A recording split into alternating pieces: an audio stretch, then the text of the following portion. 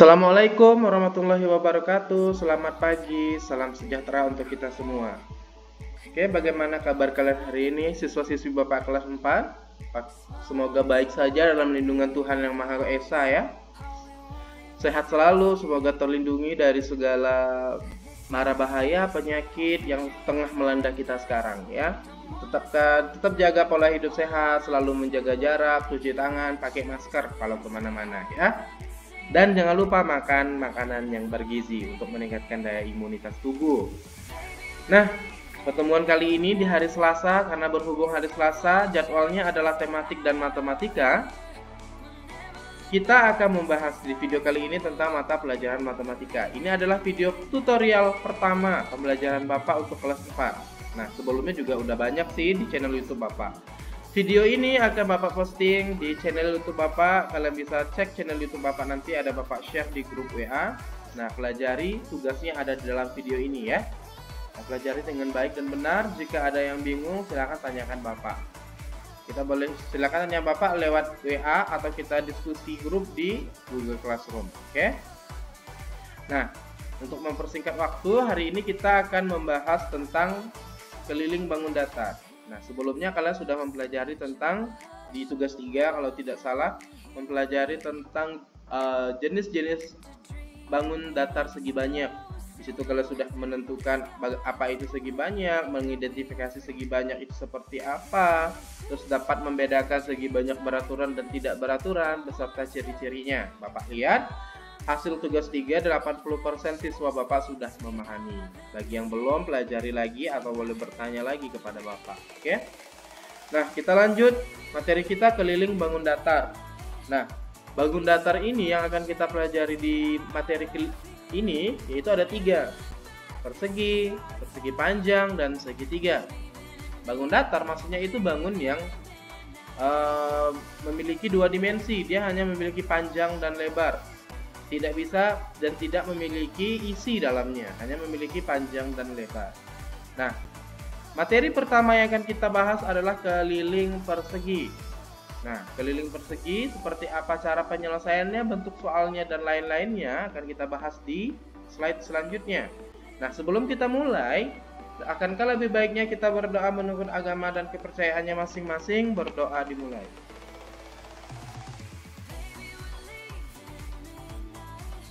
Berdoa selesai. Nah, siapkan buku tulis kalian, pulpen, pensil, penghapus, dan alat tulis lainnya yang mendukung pembelajaran kita hari ini. Catat hal-hal penting yang kalian peroleh di dalam video ini biar tidak lupa. Nah, rajin mencatat, banyak ilmunya gitu ya. Catat dengan rapi di buku tulisnya. Oke, kita mulai saja. Nah, indikator pembelajaran kita hari ini adalah menghitung keliling bangun datar persegi. Jadi ini yang akan kita tuju hari ini. Ini yang akan kalian peroleh hari ini, yaitu menghitung keliling bangun datar persegi. Yang tujuan pembelajarannya, setelah kalian menonton video ini dengan baik dan benar, diharapkan kalian dapat menghitung keliling bangun datar persegi. Jadi kalau kalian sudah mempelajari video ini dengan detail, dengan sungguh-sungguh, pasti kalian dapat menghitung keliling bangun datar persegi. Nah, apa itu keliling bangun datar? Nah, ada yang tahu tidak? Masih bingung? Nah, contoh singkatnya gini di kehidupan sehari-hari. Kalian pernah pasti disuruh guru olahraga kalian pemanasan keliling lapangan voli. Betul? Coba anak-anak keliling lapangan voli 3 kali. Apa yang kalian lakukan? Apakah hanya diam? Atau berlari-lari kecil? Atau berlari mengelilingi lapangan voli tersebut? Ya pasti berlari mengelilingi lapangan voli tersebut, betul? Iya, yang kalian kelilingi apa? Tepi lapangan volinya, tepinya, bukan di dalam-dalam, bukan di tengahnya maksudnya, betul? Nah, kalian berkeliling di tepi-tepi lapangan voli dari awal putar sampai akhir. Nah, itu namanya keliling. Dari titik awal kalian mengitarinya sampai kembali ke titik semula, itulah yang disebut keliling. Nah, jadi dalam bahasa istilahnya, keliling bangun datar adalah jarak minimal yang diperlukan untuk mengelilingi atau mengitari bangun datar tersebut sebanyak 1 putaran. Sama, Ketika kalian keliling lapangan voli yang berbentuk persegi panjang biasanya ya, dari awal sampai mutar kembali, satu putaran kembali ke awal, itu namanya keliling. Ya. Nah, perhatikan ilustrasi berikut supaya lebih memahami tentang konsep keliling. Nah, ini anggap lapangan voli. Ya, lapangan volinya berbentuk persegi ya. Dia ada 4 sisi. Ingat, persegi itu adalah segi banyak beraturan. Kenapa? Seginya sama ukurannya. Sisi ini sama dengan ini, sama dengan ini, sama dengan ini. Jadi sisi AB sama nilainya besarnya dengan sisi BC, sama besarnya dengan sisi CD, sama besarnya dengan sisi DA. Jadi persegi itu keempat sisinya sama besar. Gitu ya. Nah, namanya keliling, misalnya nih kalian disuruh guru olahraga kalian berkeliling dari, misalnya kalian duduknya awalnya di sini. Coba kalian keliling lapangan 1 kali kata gurunya. Apakah kalian langsung ke sini? Apakah kalian langsung ke sini? Tidak. Tapi dari di sini dulu keliling, berlari kecil ke sini, lalu ke sini lagi, lalu ke sini lagi, lalu ke sini lagi. Betul? Bukan langsung ke sini, tidak boleh. Namanya juga mengelilingi lapangan, berarti sesuai bentuk lapangannya. Kalau lapangannya lingkaran, berarti kalian melingkar. Karena ini bentuknya persegi, maka kalian berlari kecil membentuk persegi. Itulah namanya keliling. Berapa jaraknya? Jaraknya itu dari sini berapa? Tambah di sini berapa? Tambah ke sini berapa? Tambah ke sini berapa? Dijumlahkan. Itulah kelilingnya. Itulah jarak kalian mengelilingi lapangan voli tersebut yang berbentuk persegi ini. Nah, jadi keliling bahasa singkatnya itu adalah jumlah sisi-sisi bangun tersebut. Kalau dia berbentuk persegi, maka jumlahkan sisi bawah, tambah sisi samping kiri, tambah sisi atas, tambah sisi kanan. Selesai. Nah, kalau kita tuliskan dalam rumus, nah gini, dari A ke B ini nama titik ya, dari A ke B itu jaraknya itu disebut sisi atau kita simbolkan S. Dari B ke C juga sama, kita simbolkan S. Dari C ke D, karena keempat sisi persegi sama, maka di sini juga disimbolkan S. Di jarak D ke A juga sama, disimbolkan S. Maka karena keempat sisinya sama, maka jadi kalau misalnya jarak A ke B ini 10, ini juga 10, dan ini pun 10, serta ini pun 10, karena dia sama. Nah, sehingga untuk rumus keliling persegi adalah sisi ini ditambah sisi ini ditambah sisi atas ditambah sisi kiri. Maka sisinya kita jumlahkan 4 kali. Sisi tambah sisi tambah sisi tambah sisi. Dapatlah ini. Karena sisinya sama, 4 sisinya sama, maka untuk supaya rumusnya lebih pendek, keliling sama dengan 4 dikalikan sisi. Itu. Kenapa 4 kali sisi? Karena keempat sisinya sama, sisinya cukup 1 doang karena nilainya sama, maka 4 kali sisi doang. Boleh pakai ini, boleh pakai ini, sama saja hasilnya. Ya, ini memperpendek kalian mengingatnya saja. Nah, apakah sudah paham dengan konsep keliling persegi? Nah, supaya lebih paham lagi tentang konsep keliling persegi, akankah lebih baiknya dengan contoh soal? Contoh soal pertama ya, perhatikan gambar berikut. Keliling persegi ABCD adalah, sebenarnya mudahnya gini ya. Nah, kalau misalnya nanti ketemu soal ulangan umum dia berbentuk pilihan ganda atau soal AKM misalnya, kalian boleh langsung tanpa rumus. Gimana sih langsung ngitungnya tanpa rumus? Gini, anggap dari titik A, dari sini ya, ini kan 5. Kan ingat tadi keliling itu adalah jumlah sisi-sisi, penjumlahan sisi-sisi pada bangun tersebut. Karena ini bangunnya ada 4 sisi, maka kita jumlahkan 4 kali sisinya. Tambah sini 5, ditambahkan 5 lagi sampai sini 10. Ingat, ini sama ini sama, semua serba 5 karena persegi sama ukurannya.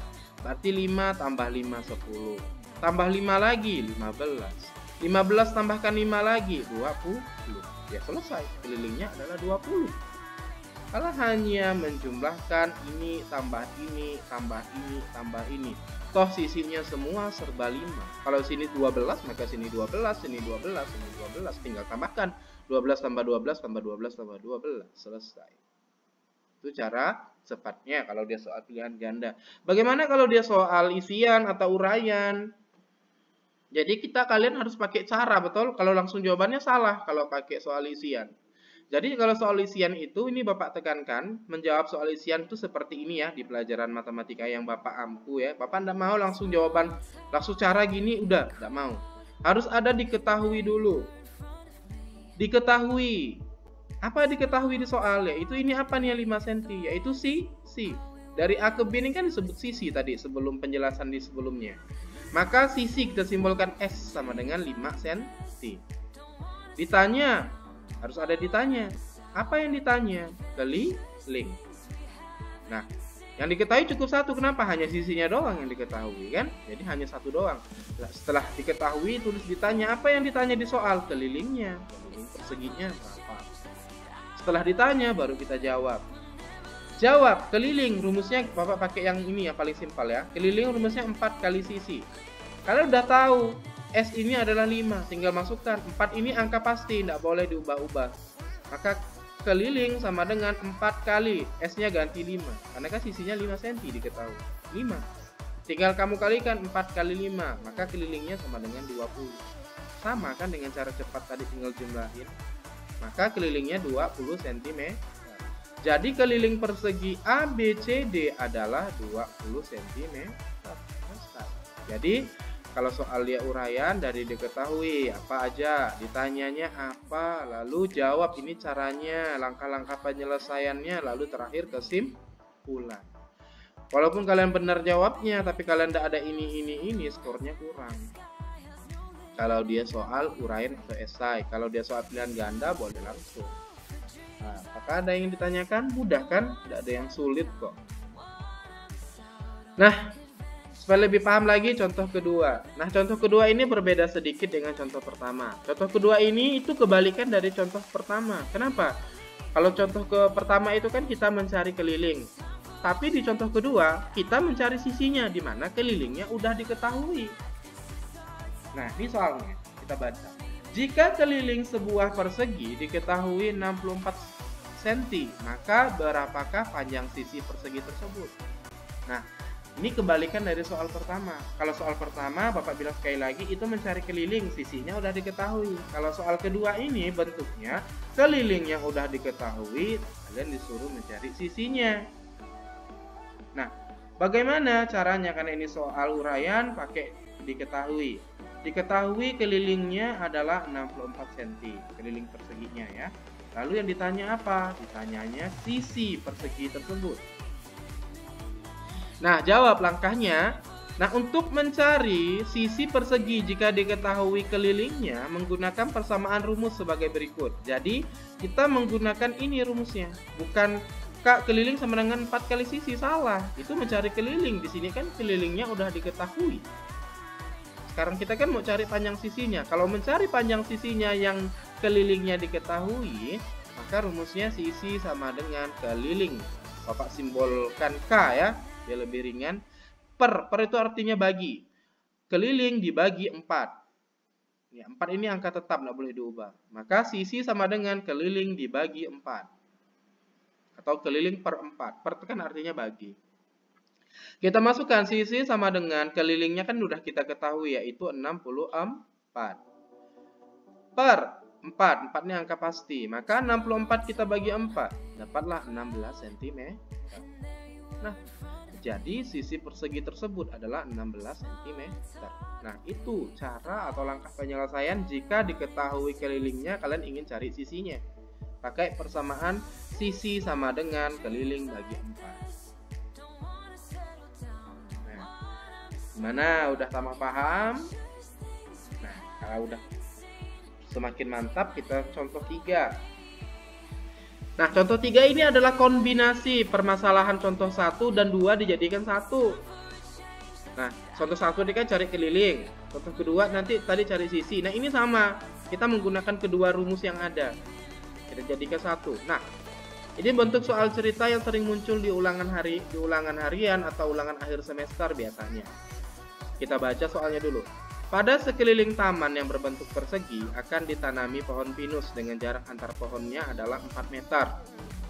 Jika panjang sisi taman adalah 60 meter, maka hitunglah banyak pohon pinus yang dibutuhkan. Jadi ada taman tuh berbentuk persegi. Sisinya itu 60 meter. Nah, di sekitar di tepinya, di sekeliling tamannya itu mau ditanam pohon pinus. Jarak antar satu pohon pinus dengan pohon pinus lainnya itu adalah 4 meter. Jadi pohon pinus A dengan nomor 1 dengan nomor 2 ya 4 meter jaraknya. Gitu. Sama seperti kalian nanam di kebun di halaman rumah kalian, nanam bunga. Kan dikasih jarak kan? Jaraknya dari pohon 1 ke pohon 1 dikasih berapa jaraknya. Seperti itu juga.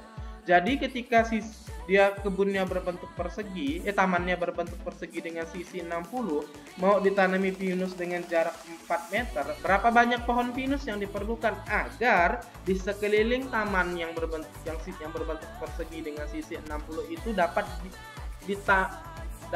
ditanam pohon pinus sampai penuh gitu loh, sampai full. Tapi jaraknya 4 meter. Nah, kita bahas sama karena ini soal cerita ya. Diketahui panjang sisi tamannya, kita simbolkan S saja biar lebih mudah. S sama dengan 60 meter. Jarak antar pohonnya itu adalah 4 meter. Maka jarak antar pohonnya 4 meter karena ini yang diketahui di soal. Ditanya, apa yang ditanya? Banyak pohon pinus yang dibutuhkan. Maka banyak pohon pinus yang dibutuhkan. Langkah pertama, kalian harus cari dulu karena dia mau menanam pohon di sekeliling tamannya, maka kamu harus cari dulu kelilingnya karena kelilingnya belum diketahui. Kelilingnya cari dulu dengan rumus 4 kali sisi. Sama dengan 4 kali sisinya udah tahu sisi tamannya 60. Nah, ini Bapak salah ketik, ini harusnya meter ya. M saja harusnya. C-nya nanti kalau nyatatnya di buku dihapus aja ya. Ini salah, bukan CM harusnya, tapi meter. 4 kali 60 meter, maka dapatlah 4 kali 60 240 meter. Ini juga salah, C-nya dihapus ya. Setelah kalian tahu keliling taman tersebut, lalu baru kita cari berapa banyak pohonnya. Cara mencari berapa banyak pohon pinus yang dapat ditanam di sekeliling taman tersebut itu dengan cara kita membagikan kelilingnya dengan jarak pohonnya. Keliling taman dibagi jarak antar pohon. Keliling tamannya kalian sudah tahu yaitu 240. Jarak antar pohonnya adalah 4 meter. Masukkan 240 bagi 4, 60 pohon. Ini juga salah ketik, harusnya N bukan N. Jadi pohon namanya ya. Jadi untuk mencari banyak pohon, keliling tamannya dibagi jarak antar pohon. Jadi 240 keliling tamannya kan dibagi 4. 4 ini adalah jarak antar pohon. Apalah 60. Jadi kesimpulannya, jadi banyak pohon yang diperlukan adalah 60 pohon. Ya. Nah, itu adalah contoh-contoh soal yang sering muncul di soal ulangan, soal latihan atau soal ulangan akhir semester ya. Nah, bagaimana? Apakah sudah paham? Bapak rasa penjelasan Bapak sudah rinci.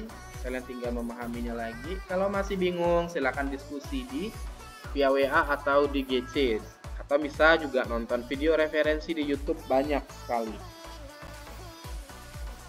Jika sudah paham, nah untuk mengukur kemampuan kalian tentang pemahaman ini, Bapak ada tugas. Tugas 8. Tugas 8 ini ada 3 soal di mana pembahasannya sudah ada di pembahasan tadi, contoh 1, 2, dan 3 ya. Tinggal kalian menghitungnya saja. Tugas ini ditulis di buku tulis, soal dan gambarnya ditulis rapi. Karena ini soal esai, dipakai, diketahui, ditanya, jawab, dan kesimpulan. Kalau tidak lengkap, pemotongan skor berlaku. Jangan langsung hasil, yang rapi tulis di buku latihan kalian. Setelah selesai dikerjakan, kirim jawaban kalian via foto di Google Classroom, tidak lewat WA, tidak Bapak koreksi.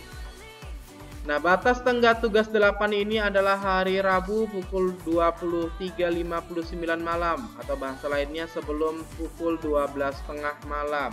Jangan sampai telat biar tidak ada pemotongan nilai. Tidak dikerjakan dalam waktu 3 hari, skornya akan langsung jadi 0. Ya. Jadi jangan melalaikan tugas biar tidak numpuk di tugas selanjutnya. Kerjakan dengan baik. Semoga hasilnya memuaskan. Kalau tidak tahu ditanya, boleh tanya saudara di rumah atau tanya Bapak, bukan nanya jawaban ya, nanya seperti apa bentuknya, akan bimbing. Nah, mungkin cukup sekian video Bapak hari ini. Sampai ketemu di video-video selanjutnya. Selamat mengerjakan. Selamat pagi. Wassalamualaikum warahmatullahi wabarakatuh.